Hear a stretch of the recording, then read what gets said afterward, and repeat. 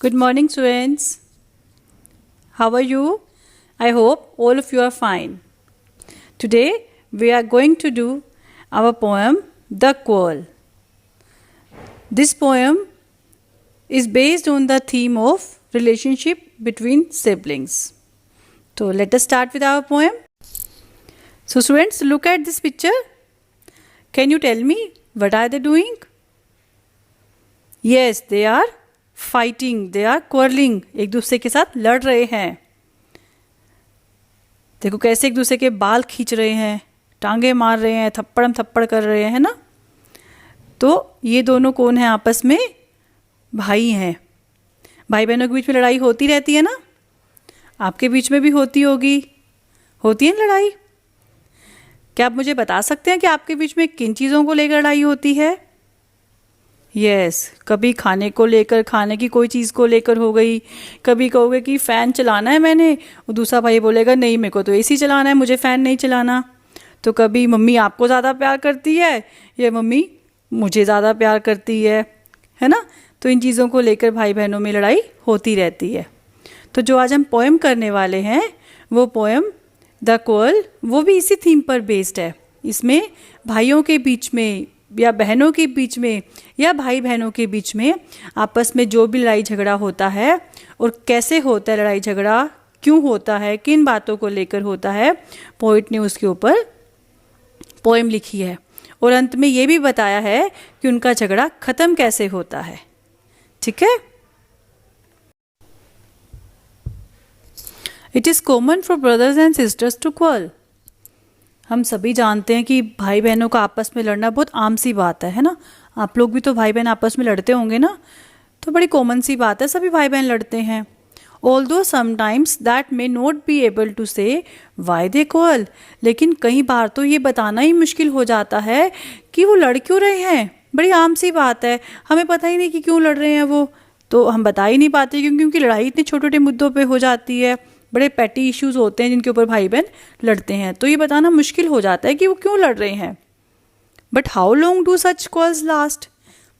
लेकिन पोइट पूछता है कि ये लड़ाई कितनी लंबी चलती है.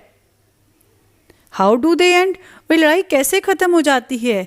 तो इस पोएम में हमें इन्हीं दो क्वेश्चंस का हमको आंसर मिलेगा कि भाई बहनों के बीच की जो लड़ाई है वो कितनी लंबी देर चलती है और उसका अंत कैसे होता है.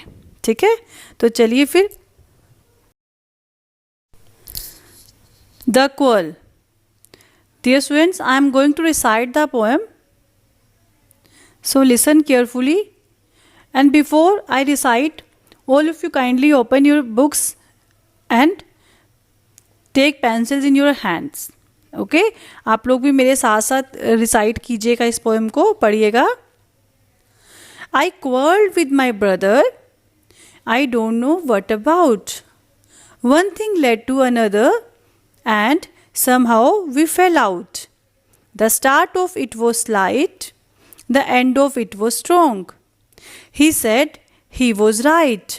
I knew he was wrong. We hated one another. The afternoon turned black. Then suddenly my brother thumped me on the back and said, "Oh, come along. We can't go on all night." I was in the wrong, so he was in the right. So this was all about the poem The Quarrel, and this poem has been written by Eleanor Farzion. The name of the poet is Eleanor Farzion. ठीक है. तो चलिए अब हम इस poem को stanza wise करते हैं. मैं अब आपको एक्सप्लेन करती हूँ पोएम. द क्वार्रेल. तो चलिए बच्चों, मैं अब आपको स्टैंजा वाइज एक्सप्लेन करती हूँ पोएम को. लाइन वाइज मैं आपको एक्सप्लेन करूँगी, लाइन बाय लाइन, और आप इसको ध्यान से सुनिएगा. और हो सके तो जो वर्ड्स आपको नहीं समझ आ रहे हैं, डिफ़िकल्ट लगते हैं, उनके मीनिंग को आप अपनी बुक पर पेंसिल के साथ नोट कर लीजिएगा. ठीक है. तो let us start. I quarrelled with my brother. I don't know what about. Poet, यहाँ जो आई है, I stands for the poet. ठीक है. पोइट के लिए है आई. पोइट बता रहा है आपको अपने ब्रदर के साथ उसकी लड़ाई हुई थी, तो उसके बारे में पोइट बताते हुए बोल रहे हैं कि एक दिन मेरे अपने भाई के साथ लड़ाई हो गई थी. क्वार्रेल मतलब लड़ाई होना, फोर्ट.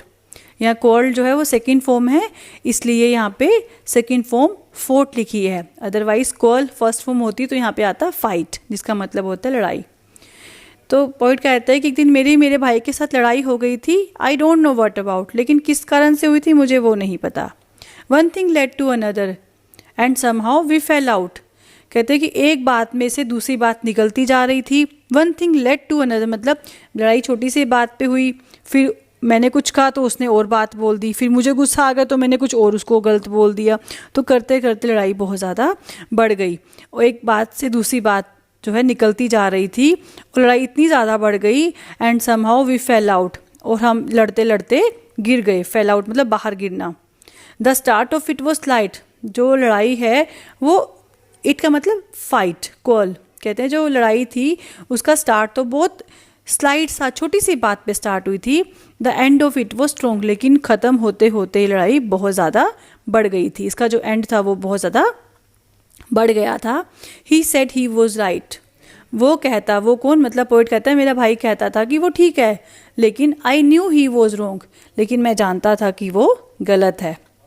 ठीक है, मतलब पोइट कह रहा है कि मेरा भाई ये जताने की कोशिश कर रहा था कि मैं ठीक हूँ, लेकिन मुझे पता था कि वो गलत है।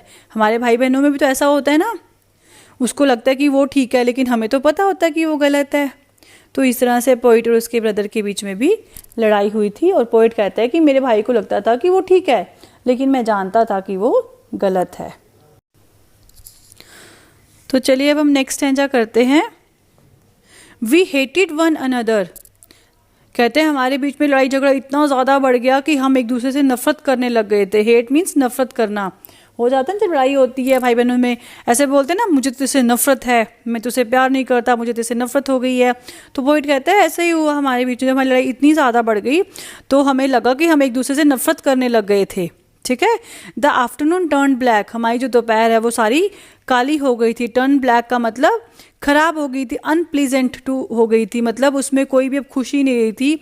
हमारी जो दोपहर सारी खराब, कहते हैं कि तुम तो मेरा दिन खराब कर दिया, दोपहर काली कर दी मेरी, सारी लड़ाई हो गई और दोपहर में जब सोना था तो सोए तो है नहीं, लेकिन लड़ लड़ के हमने सारी दोपहर खराब कर दी। जो हमारी दोपहर थी वो सारी काली हो गई थी, मतलब खराब हो गई थी।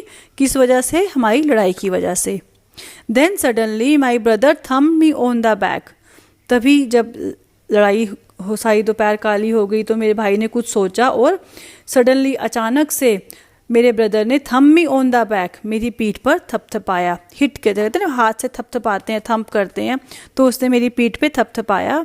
एंड सेड, और बोला, ओह कम अलोंग, चलो आओ ख़त्म करें इस बात को। We can't go on all night, अब हम सारी रात तो नहीं लड़ सकते ना, है ना। तो चलिए कहते हैं कि चलो ख़त्म करते हैं इस बात को, क्योंकि अब हम सारी रात तो नहीं लड़ सकते, दोपहर तो काली हो गई है, हम अपनी पूरी रात तो इस लड़ाई को कंटिन्यू नहीं कर सकते हैं। तो मेरा ब्रदर कहता है I was in the wrong, कि चलो मैं मानता हूँ कि मैं गलत था, तो मैं अपनी गलती मान लेता हूँ, तो चलो लड़ाई को ख़त्म करते हैं। जब पोइट का ब्रदर ये बात आके कहता है कि चलो कोई बात नहीं, मैं ही अपनी गलती मान लेता हूँ, मैं मान लेता हूँ मैं गलत था, तो उस समय पोइट को एहसास होता है so he was in the right, कि हाँ मेरा भाई बिल्कुल ठीक था, क्योंकि उसने अपनी गलती मान ली। और शायद उसकी गलती ना भी थी, पोइट को लग रहा था ना कि वो गलत है, लेकिन उसको पता था कि वो ठीक है, लेकिन अपनी गलती ना होते भी उसने अपनी गलती मान ली, तो पोइट को एहसास हुआ कि शायद वो बिल्कुल ठीक था। होता है ना हमारे भाई बहनों के बीच में भी, जब एक भाई दूसरे को कह दे या बहन कहे चल कोई बात नहीं, चल यार छोड़ ख़त्म करते हैं बात को, तो पोइट के ब्रदर ने भी कहा चल ख़त्म करते हैं बात को, मैं अपनी गलती मान लेता हूँ और मैं मान लेता हूँ कि मैं ही गलत था। तो उस समय पोइट को एहसास हुआ कि नहीं, कि मुझे तब लगता था कि वो ठीक था और मैं गलत था, क्योंकि जो गलती मानने वाला होता है वो कभी छोटा नहीं पड़ जाता, गलती मानने वाला हमेशा बड़ा ही दिखता है। ठीक है, तो ऐसा ही पोइट के साथ हुआ था। तो प्यारे बच्चों, ये थी पोएम हमारी quarrel. The quarrel poem summary. तो चलिए अब समरी करते हैं बच्चों इस पोएम की। The poet is trying to explain how a quarrel between two brothers began and ended without any reason. तो इस पोएम में पोएट ये दिखाने की कोशिश कर रहा है, एक्सप्लेन करने की कोशिश कर रहा है आपको, कि कैसे दो भाइयों के बीच में लड़ाई शुरू होती है और कैसे अपने आप ही बिना किसी रीज़न के वो ख़त्म भी हो जाती है। The poet says that, poet कहता है, ही क्वार्रल्ड विद हिज ब्रदर, क्वार्रल्ड मतलब झगड़ा होना, उसके अपने ब्रदर के साथ झगड़ा हो गया था, ओवर समथिंग मतलब किसी बात को लेकर, and he was not even aware why he was quarrelling about, aware मतलब उसको ये भी नहीं पता था, उसको इसी का ज्ञान नहीं था कि वो अपने ब्रदर से लड़ क्यों रहा था, क्या बात हुई थी, बस झगड़ा हो गया था किसी बात पर, लेकिन किस बात पर वो बात पोइट को नहीं पता थी। One thing was giving way to another, कहते लड़ाई होते होते मतलब छोटी सी बात पे शुरू हुई, लेकिन एक छोटी सी बात से दूसरी बात निकलती गई, इस तरह से हमारी लड़ाई बढ़ती गई।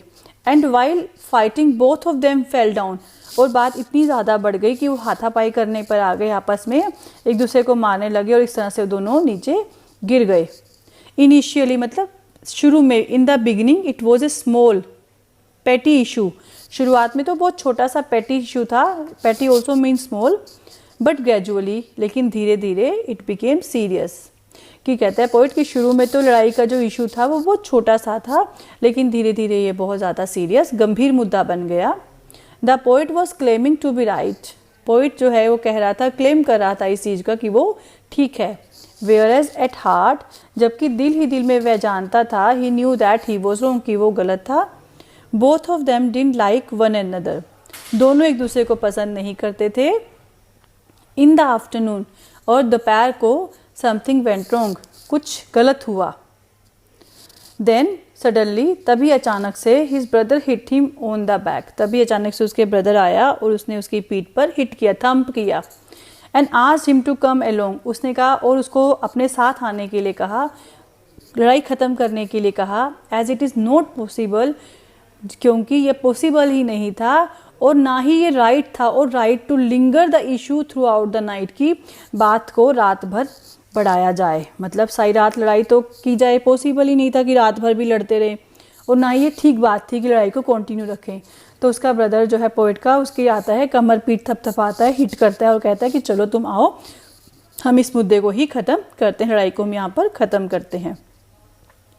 ही also claim to be on the wrong side, और उसने ये भी माना, उसने मतलब पोइट के ब्रदर ने ये भी मान लिया कि हाँ मैं गलत साइड पे था, मेरी गलती थी। सो ही वॉज एक्चुअली राइट, लेकिन वास्तव में पोइट का ब्रदर बिल्कुल ठीक था। So it shows his generosity, और ये जो जब उसने पोइट के ब्रदर ने अपनी जब गलती मान ली और ये कह दिया कि चलो मैं गलत था तुम ठीक थे, तो इससे उसके ब्रदर की उदारता, जेनरोसिटी मतलब उदारता हमें देखने को मिलता है, वो कितना उदार दिल वाला था कि उसने अपनी गलती को मान लिया। तो इसका मतलब पोइट ये बताना चाह रहा है कि इस पोएम के थ्रू कि बात तो बहुत छोटे से लड़ाई शुरू हुई थी, बात तो कुछ भी नहीं थी, बहुत छोटा सा मुद्दा था, लेकिन वो मुद्दा बहुत बड़ा बनता गया और दोनों में से किसी एक को तो झुकना ही था बात को ख़त्म करने के लिए। तो पोइट का ब्रदर झुक गया और उसने अपनी गलती मान ली और इस तरह से उन दोनों की लड़ाई ख़त्म हो गई। तो आई होप कि आपको समझ आ गया होगा कि सिबलिंग्स में, सिबलिंग मतलब भाई बहनों में लड़ाई जो होती है वो बिना किसी कारण के हो जाती है, लेकिन ख़त्म कैसे होती है, दोनों में से किसी एक को अपनी गलती माननी पड़ती है या झुकना पड़ता है, तभी वो लड़ाई ख़त्म होती है, अदरवाइज लड़ाई कभी भी ख़त्म नहीं होगी और ऐसा पॉसिबल नहीं है। ठीक है, so this was the summary of the poem the quarrel. So प्यारे बच्चों, अब हम करते हैं टेक्स्ट में हमारे पास दिया हुआ है, आपको काम दिया है करने को। इसमें आपने क्या करना है, with your partner try to guess the meaning of the underline phrases. कुछ फ्रेजेस थे पोएम के, आपको उनके मीनिंग को गेस करना है। जैसे कि मैं रीड करती हूँ sentence, and somehow we fell out. Fell out का मतलब, फेल आउट अंडरलाइन है ना, आपको एक्सप्लेन करना है इसका मीनिंग क्या है। और सेकेंड है द आफ्टरनून टर्न्ड ब्लैक, दोपहर सारी काली हो गई थी, इसके मीनिंग बताने हैं। तो चलिए मैं आपको बताती हूँ। Fell out means to drop down, गिर जाना, फेल आउट का मतलब है ड्रॉप डाउन, नीचे गिर जाना। Turned black means something went bad and unpleasant, कोई चीज़ जो है गलत और अनप्लीजेंट, बुरी, जो कि प्लीजिंग नहीं होती, खुशी देने वाली नहीं होती, उसे हम अनप्लीजेंट बोलते हैं। तो फेल आउट का मतलब क्या होता है, ड्रॉप डाउन, और turn black means something went bad and unpleasant, कोई ऐसी घटना घटी है जो कि अच्छी नहीं थी, दुखदाई थी, सुख देने वाली नहीं थी। बैड मतलब बुरी थी। ठीक है, सो डियर स्टूडेंट्स, नाउ अब आपको मैं सेंटेंस दे रही हूँ, हमें उन सेंटेंस के मीनिंग बताने हैं, पोइट क्या कहना चाह रहा है उन सेंटेंस के माध्यम से। ठीक है, पहला सेंटेंस है one thing led to another. ये आया था ना सेंटेंस, इसका क्या मीनिंग है? One thing led to another means a series of things were happening, one thing leading to another. इसका मतलब है series of things were happening, बहुत सारी चीज़ें घटित हो रही थी और एक चीज़ जो है वो दूसरी चीज़ को लीड कर रही थी, मतलब एक बात में से दूसरी बात निकल रही थी। ठीक है, so one thing led to another means a series of things were happening, one thing leading to another. ठीक है, the start of it was light. ठीक है, अभी हमें इस सेंटेंस का मीनिंग बताना है। The start of it was light, the start of it was light means beginning of call was with small and petty things which could be ignored even. तो इसका मतलब है कि जो लड़ाई की शुरुआत है वो बहुत छोटे से पैटी से इशू पर हुई थी जिसको कि अब इग्नोर भी कर सकते थे। सो नेक्स्ट सेंटेंस इसको हमने एक्सप्लेन करना है, वो है द आफ्टरनून टर्न्ड ब्लैक। सारी जो दोपहर है वो काली हो गई थी। The afternoon turn black means something went wrong, कि कुछ गलत हो गया था, and unpleasant in the afternoon, कि दोपहर के समय में कुछ गलत और अनप्लीजेंट दुखदाई हुआ था जिसके कारण जो सारी दोपहर है वो खराब हो गई थी। थम मी ऑन द बैक, मेरी कमर पर जोर से थम किया था।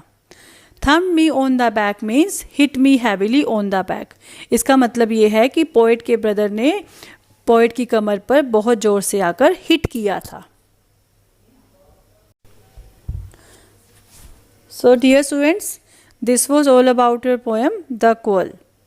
ठीक है, आई होप कि आपको ये पोएम अच्छे से समझ आ गई होगी, है ना। अब आप लोगों ने इस पोएम को रीड करना है और इसको अंडरस्टैंड करने की कोशिश करनी है, और आपको ये भी अच्छे से समझ आ गया होगा जब दो भाई बहनों में लड़ाई होती है तो एक को झुकना ही पड़ता है। तो आई होप कि आप भी इस पोएम से जो आपको शिक्षा मिली है, सीखने को मिला है, उसको अपनी लाइफ में अपनाएंगे और अपनी लड़ाई को, आपके भाई बहन का जो लड़ाई होती है उसको लंबा नहीं चलने देंगे। ठीक है, थैंक यू।